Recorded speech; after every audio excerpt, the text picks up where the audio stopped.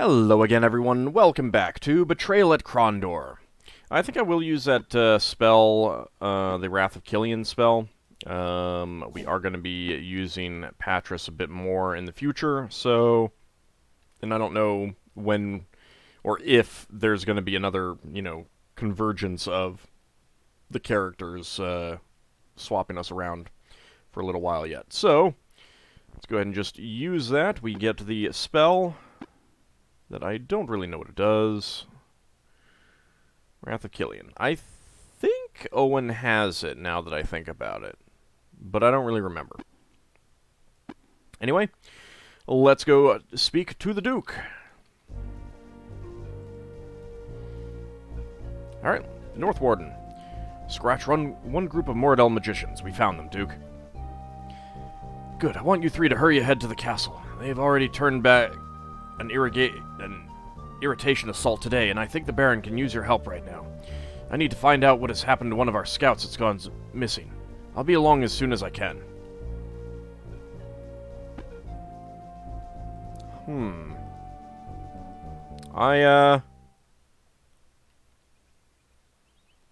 I feel like that's not going to go well for him. A scout has gone missing, and he's going to go investigate? Yeah, that seems like a trap. Alright, up to the palace. Oh. The portcullis creaked. An ashen-faced soldier trembled as he labored at the monolithic peg wheel, his back arched backwards, taut as a bowstring as he hauled the iron gate upwards. With a jerk of his neck, he gasped between clenched teeth for James and his companions to hurry inside. Within, a handful of soldiers hurried to various tasks on the battlements, and panicked captains attempted to rally the surviving contingents of the day's fighting. Something's wrong, James muttered, observing the disarray. What's happened? Baron Cabot's been murdered, that's what happened, a nearby soldier shouted, glancing up from where he worked feverishly at unplugging a keg of oil. We found a bloody nest of nighthawks in our midst. They murdered the Baron's staff and 3 of the captains before we cornered them in a storeroom. Torch those corpses immediately, James ordered. They might be Black Slayers. Where's Duke Martin? Don't know. You're the closest thing we have to nobility at the moment. Guess that puts you in command, senor. James said nothing as a rumble of thunder split the sky. I mean, isn't Locklear also a senor? How do they decide who is the senior? The senior senor. Also, not who I was expecting to have died here. But then again, I mean, like, we just left Duke Martin. Why is James saying, where is he? We just got here, he sent us ahead. Half-dead soldiers trumped past, their eyes hollowed with exhaustion as they traded places with equally worn men, brought from the dining hall turned infirmary. Few men still possessed clothing unstained by blood. Dour with the turn of events, James eyed the horizon for any sign of help. In all likelihood, the Moradel would attempt to breach the wall today, and there was little he could do about it. Nighthawk treachery had silenced their cannons, and too many men had fallen in 4 days of heavy fighting. Attack! A voice screamed in the stillness. Attack! Men on the south face! James cast a fuming curse at the sunrise. He might die, but he would send as many Moradel as he could reach into the halls of the Death Goddess before he would go down. Ooh, arrow right to the neck. The Moradel thrashed. As life dimmed in his horrified eyes, he toppled backwards into a wooden balustrade. Also, he was using an axe. He should be ashamed of himself. That's a dwarf weapon. With an ear-splitting shriek, the railing sundered into flying splinters, tumbling after his flailing feet as he disappeared into nothingness. Almost 2 days to breathe, James bolted to the wall to sight his fallen opponent. A crumpled heap of armor lay far below, splashed in gore and a spreading stain of red. No, my armor! I could sell that! Game? Close by, a grim-looking figure lowered his crossbow and tilted his shaggy dark head to favor the senor with a rare smile. Arutha!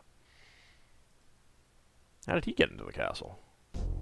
Without, James knowing. Hey, I kind of like that image there. I was beginning to believe you were going to miss all the fun. Delcan would think me impolite if I didn't attend his little party. How are the men? Very bad. Of the original garrison of 415 men, 227 are dead, 35 are mortally wounded, and the rest are afflicted with dysentery or too exhausted to wield a sword. Your arrival came none too soon. Well, I mean, you just need to get a few court physicians to slit their throats. It cures anything. I mean, it cures cancer. No discourtesy intended, Prince, but why did you wait so long in coming? We made all haste, nearly to the point of calamity. Your well-meaning messengers bumped into trouble and nearly didn't win themselves free. Consequently, we didn't receive your word until it was nearly too late for us to respond. We were greatly fortunate to arrive as soon as we did.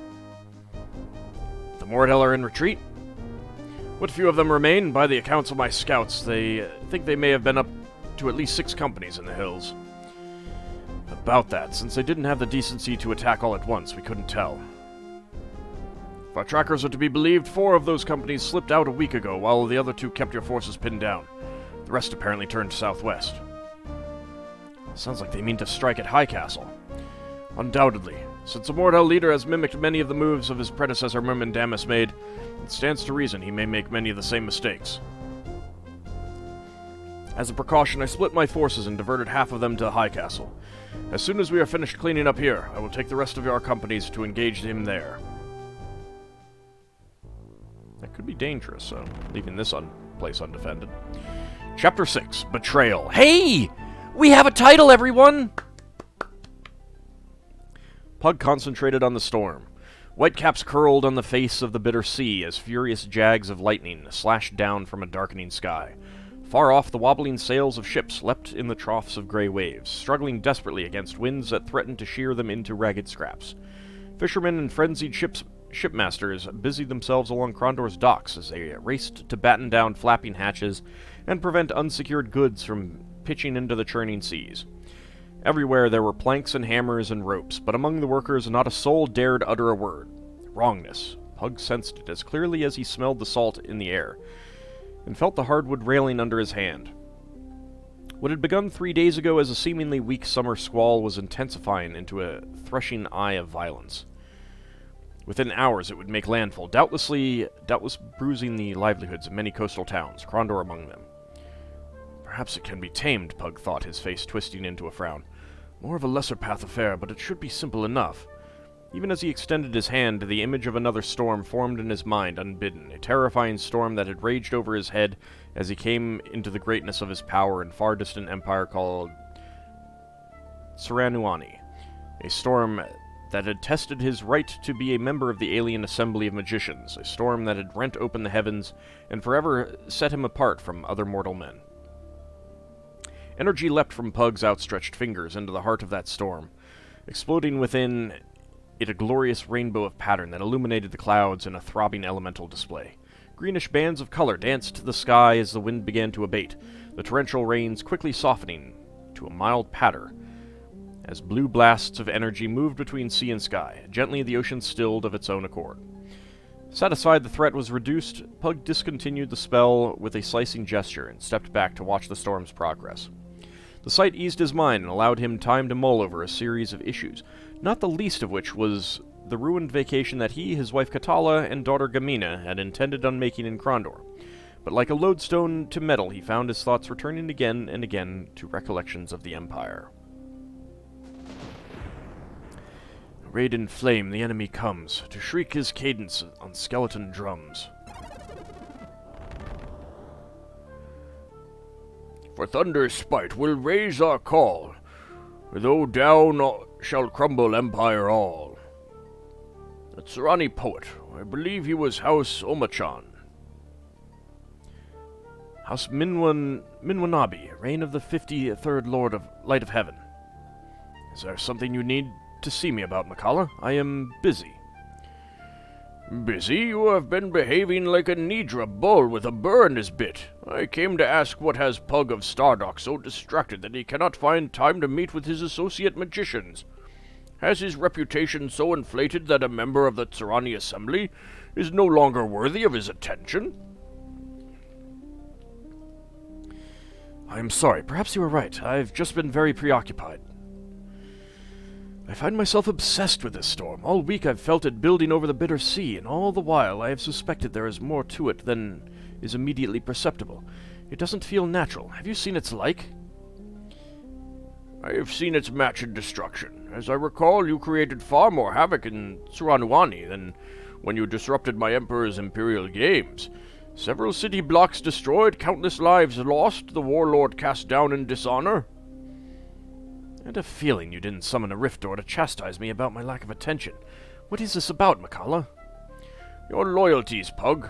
While you claim loyalty to the Empire, you live your life under the influence of a Midkemian king and took to wife a Thurl Highlander. Your judgment is suspect. From the day I left the Empire, my judgment and my loyalties ceased to be the concern of the Assembly of Magicians. I do what I see is best for all concerned. I see. Then is any act justifiable to that end? If it serves the common good, yes. Pug. Ends don't justify the means. Even if it violates an individual's rights? What do you wish for me to say, Mikala? You lead me as if I were one of your Nidra cows, but I am in no mood for games. State your business. Very well. Your daughter Gamina has blossomed into a remarkable young woman. She is beautiful, gracious, and an honor to your house. Unfortunately, she is also a girl with remarkable powers. Your love for your daughter has led you into a grievous miscarriage of your duties. Why have you let her live? My estimation of a person's magical talents is not determined by their sex, Mikala, and I refuse to murder my child to appease a barbaric tenant of the Assembly. They have no authority in Midkemia. In this instance, I believe they will choose to ignore the geography. At this juncture, the Assembly is troubled, surrounded by anti-traditionalists who embrace your Midkemian values, led in large part by Mara of the Akoma. Open defiance by you as our most notable member could weaken our position within the Empire, and that is something we cannot afford. We would be forced to make you publicly comply. Although I am equally wary of female abomination, I have no desire to see your daughter dead. I have acted on your behalf and placed her in exile until such a time we can agree upon her ultimate fate. Why didn't you consult me? Where have you sent her? Seek her if you wish, but it will avail you little. Your further interference will likely ensure that the Assembly will carry out its order of death. They will be unable to kill her, however, if they cannot find her. It would be to your advantage to leave her be. I will not content myself to sit here while the Assembly banters about the value of my daughter's life. I shall find her, and then you tell your brethren to expect my visit. You embark on a dangerous road, but it is yours to take. Farewell then, Pug.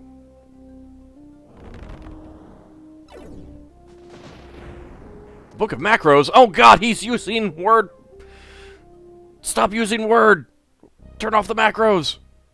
Find the Book of Macros. I assume that's how it's supposed to be pronounced, not macros.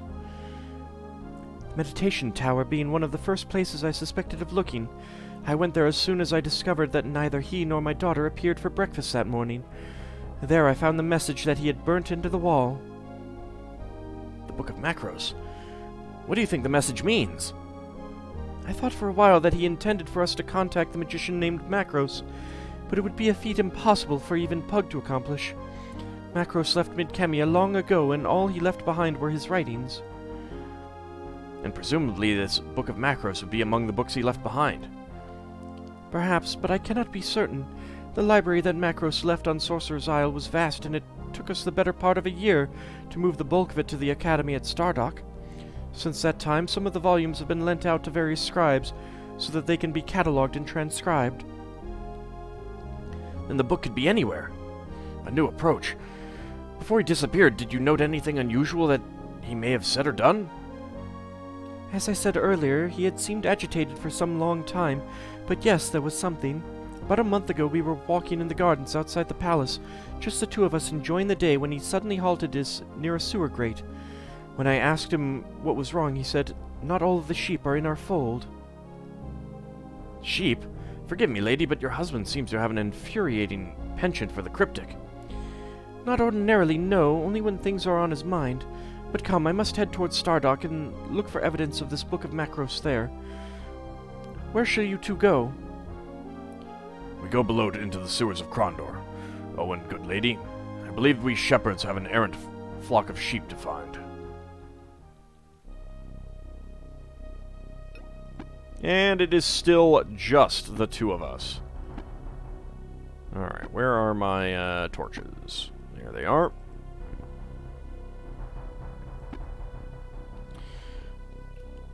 Alright, so we start out here, which certainly does appear to be the main way in and out. Let's see if we can go into the castle.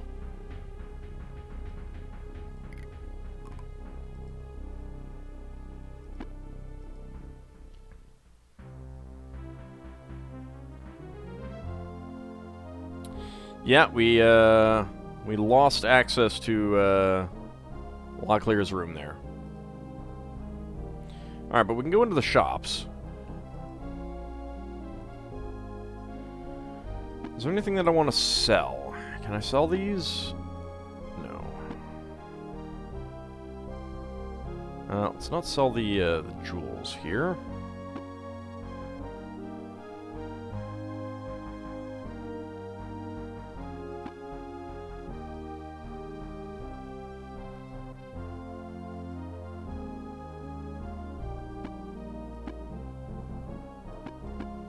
Wait, Key of Lineages? I don't remember that. I might buy one of those. There isn't room. Come on, give me a break. Alright, now there will be room. Go ahead and give you that.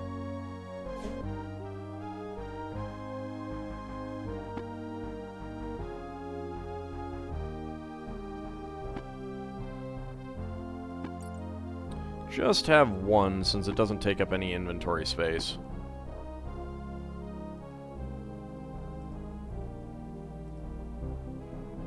Alright, back down into the sewer we go.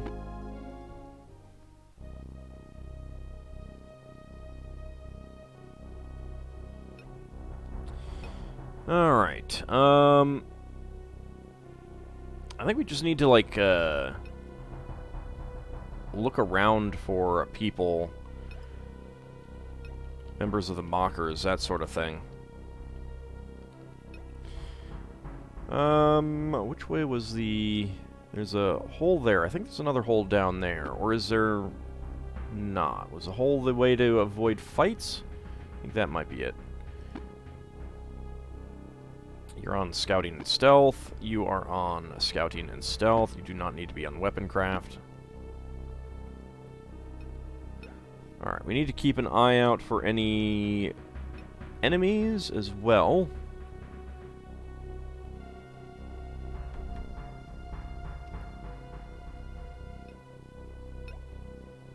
I'd like to find a Moradel wordlock chest so I can dump off those filter masks too. I vaguely recall there being one up here. You know what, let's bookmark just to be on the safe side. I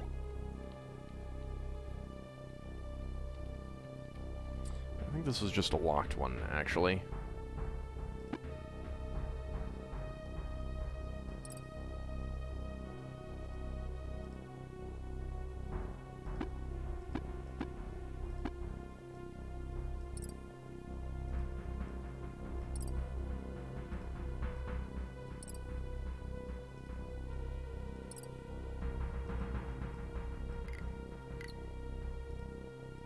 That broke that one.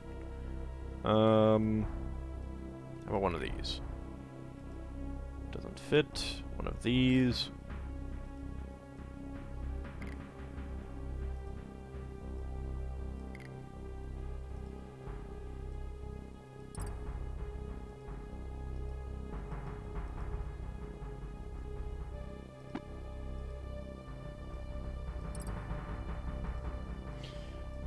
Well, might not be getting into it. I mean, I've opened it before, so it's not that big of a deal, and it's not a Moradel chest, so... Let's get back onto these two. Didn't get any lockpick out of that, though, which is very disappointing. Now, the fact that those are story items might mean that they would be safe if I dropped them, but I'd still rather not risk that.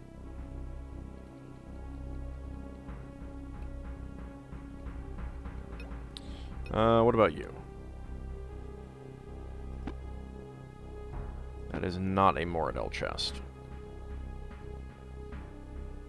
So I don't really want to leave things in there.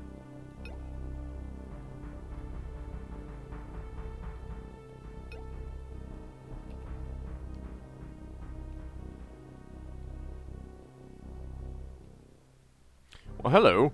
They were not alone. Gorath's pulse quickened as he saw the lone figure approach, but when it became apparent they were not being attacked, he relaxed a bit, squinted slightly in an attempt to see who was about to join them.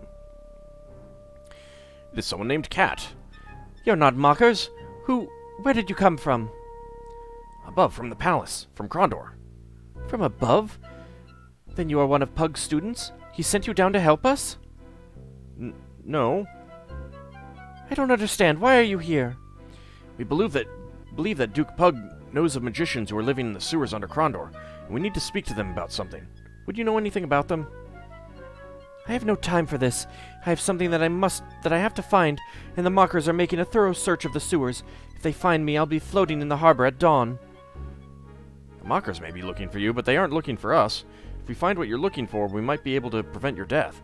In exchange, you answer a few questions for us, and in half an hour you can be on the road to Sarth or Malek's Cross or wherever you want to go.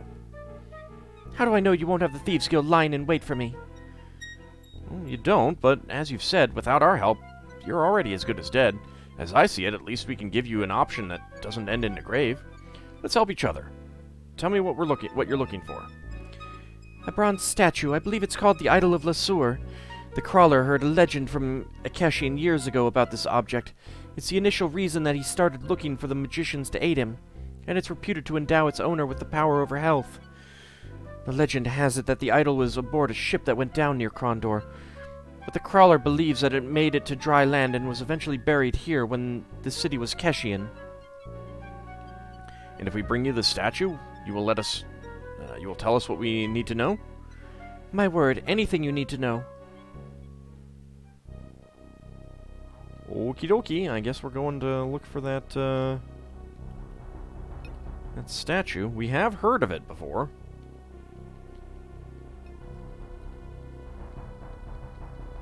I've not encountered any enemies so far, which I suppose is a good thing. To an extent.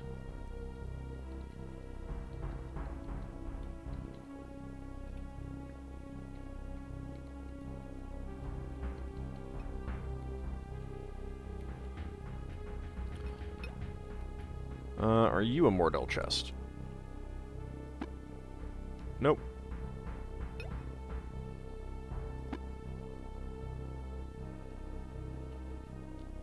Alright, I think this is going to connect back up to where we've been before, but let's just double check.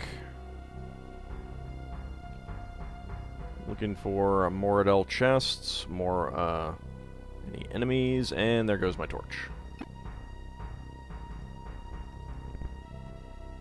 Go ahead and light another one.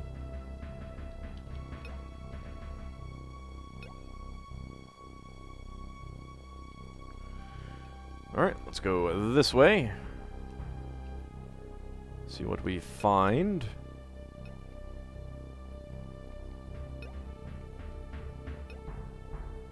I could also dump things like food in the Moradel chest. I do not like having only 2 party members.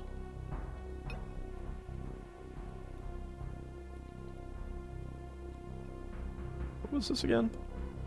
Transport through these sewers is strictly prohibited. Official kingdom business only. Swordmaster Corby.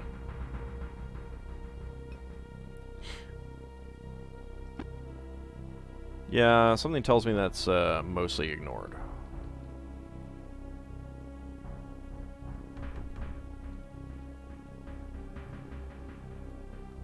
Alright, that just goes back up there.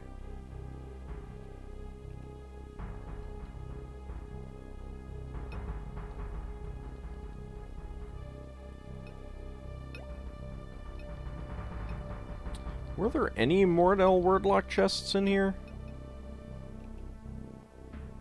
Sure hope there are some.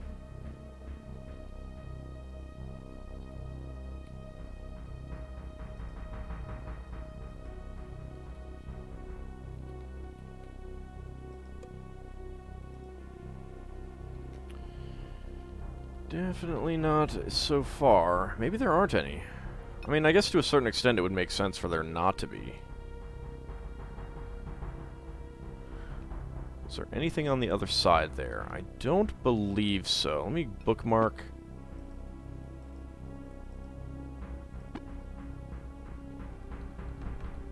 No. Alright, well, rope is pretty easy to come by.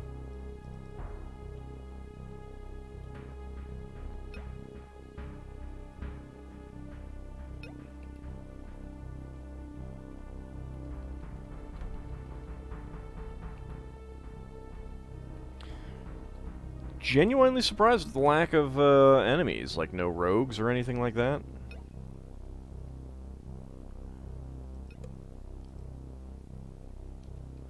Alright, I gotta just pick one of these chests and drop these things in it. They are just taking up inventory space.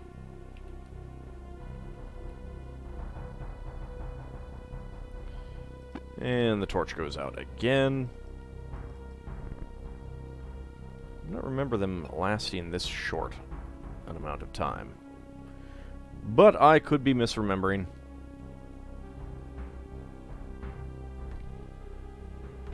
And there's nothing down there. And we need to rest.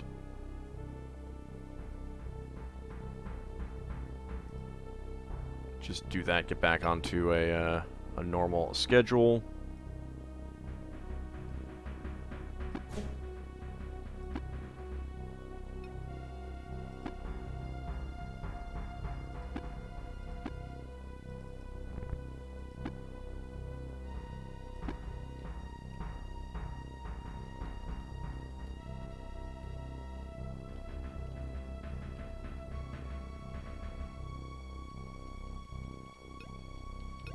Was there a chest in here? No.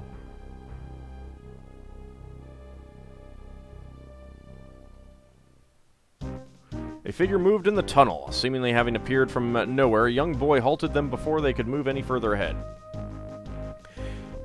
You're in Mocker territory. I advise you turn about and leave before I'm forced to do you a good bit of harm.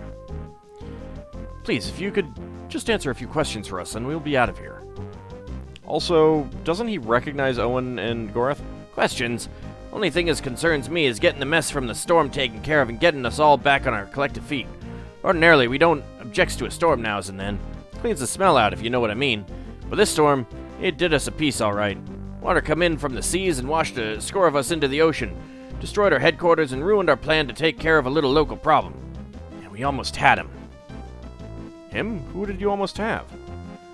The crawler, that's who. Not that it concerns you, anyway. Once he had the upright man out of his way, I guess he decided that it was time to come round and claim his prize. We had other ideas, of course. We had a handy little trap all baited for him, one such like he couldn't refuse. Would have had him scurrying back to the Sunset Isles or wherever else in the 7 lower hells he came from. Fortunately, the weather didn't cooperate with our little plan. Are any of your mockers magicians? Nah, at least none that admits it freely. Sooner cut a magician's throat than let him among us, but if truth be known, we would have welcomed one this past few months. Some of the crawler's men are magic types. Are they? Are any of them left down here? Who's to say? We're still picking through our own dead, much less worried about which of them were still here. Large portions of the sewers are collapsed. There's even word that when a portion of the seawall collapsed, it opened a new stairwell to a lower level of the sewers. Okay, well, we could ask about the Idol of Lasur again. What do you know about an object called the Idol of Lasur? Some sort of kid story, isn't it? About a wizard or other that gives you power over the goddess of death or some such silliness. Why would anyone be looking for it in Krondor? Part of the story, as I remember it, it was supposed to have been hidden away in some deep secret part of the sewers by this Keshian, what? Something like that. But it's not real, I can guarantee that. If it existed, the mockers would have found it by now. Okay, goodbye. think it is time we left, Owen. Do what you like, pointy ears. Just get out of the sewers before someone decides to make a meat pie out of you. Believe me, I have no burning desire to stay down here. I, for one, will be quite happy if I never see the underside of Krondor again. Goodbye, Lim, and good luck. Alright, I'm kind of curious if I can continue this way. It looks like I can.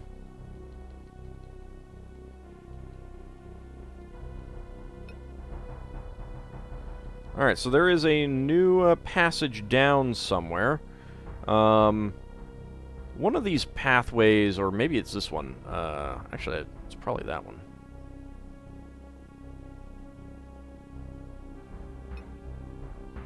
Yeah, alright, so that's where we want to go, it looks like. I'm not going to do that just yet, because I really want to find a chest. I will find... I want it to be a convenient chest. That's the thing.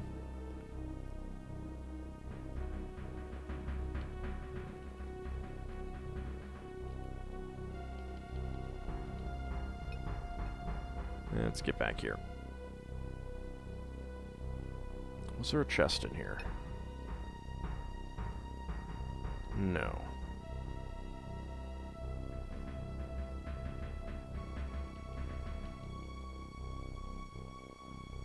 There was a chest up near the entrance to Krondor in one of those hallways, but there's also a chest here.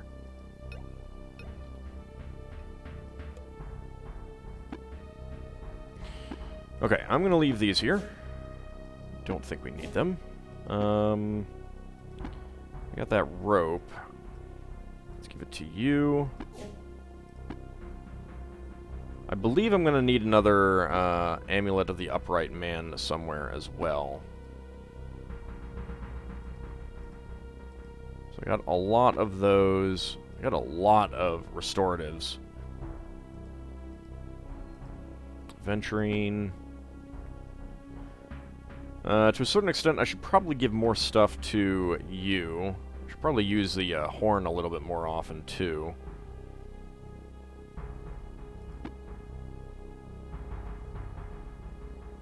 Alright, well, I will think about what I can do to switch around our items, and just mainly because Gorath doesn't need armor craft or weapon craft anymore, so I might as well have Owen do it all. Anyway, when we come back next time, we will return to those stairs and see where they take us. See you next time, everyone.